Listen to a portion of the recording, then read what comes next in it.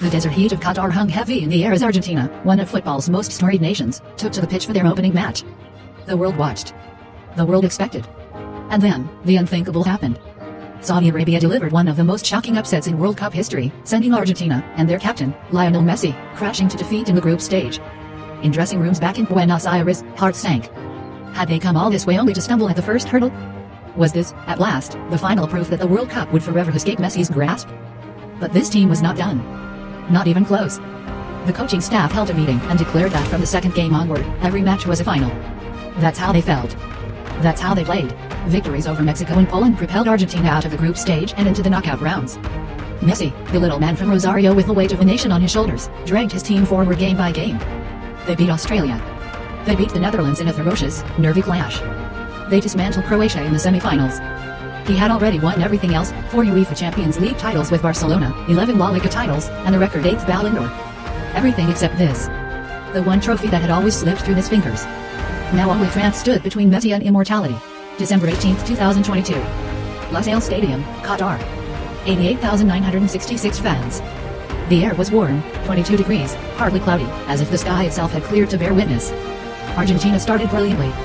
Messi converted a penalty in the 23rd minute, and Angel Di Maria made it 2-0 in the 36th. The blue and white half of the stadium erupted. It seemed Argentina were cruising toward destiny. And then came Kylian Mbappé. France's young superstar quickly changed the course of the game with 2 goals in the space of 2 minutes in the second half, dragging France level and silencing the Argentina faithful. The momentum had shifted. The dream was wavering. But Messi, the man born for moments like this, refused to let it die. With minutes left in extra time, he broke the tie and scored again, and it seemed as if Argentina had finally sealed their victory, until Mbappé, for only the second time in World Cup final history, completed a hat-trick, scoring a third goal with a late penalty to make it 3-3. The world could barely breathe. Penalties. The cruelest theater in sport. Argentina goalkeeper Emiliano Martinez started with a jaw-dropping, last-gasp added time stop from France's Randal Colomani before the shootout had even begun. He had already saved Argentina once. He would do it again. Martinez blocked France's second attempt in the shootout, and French winger Kingsley Coman missed his penalty entirely. The nerves were shredded.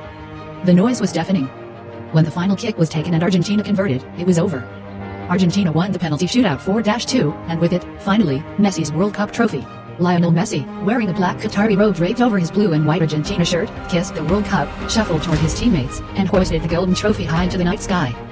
Thousands of miles away, the streets of Buenos Aires exploded. The obelisk, Argentina's monument of national pride, was swallowed by a sea of blue and white. Tears fell freely. Strangers embraced. The nation that had waited 36 years wept with joy. The win gave Argentina a third World Cup star on their shirts, following victories in 1978 and 1986. But this one felt different. This one belonged to Messi, to the boy who grew up dreaming of this moment, who had come so close so many times, and who, on a warm December night in the Qatar desert, finally made it real. He had announced before the tournament that Qatar 2022 would be his final World Cup, win or lose. He chose to go out as a champion. He chose to go out as the greatest of all time. The king had finally claimed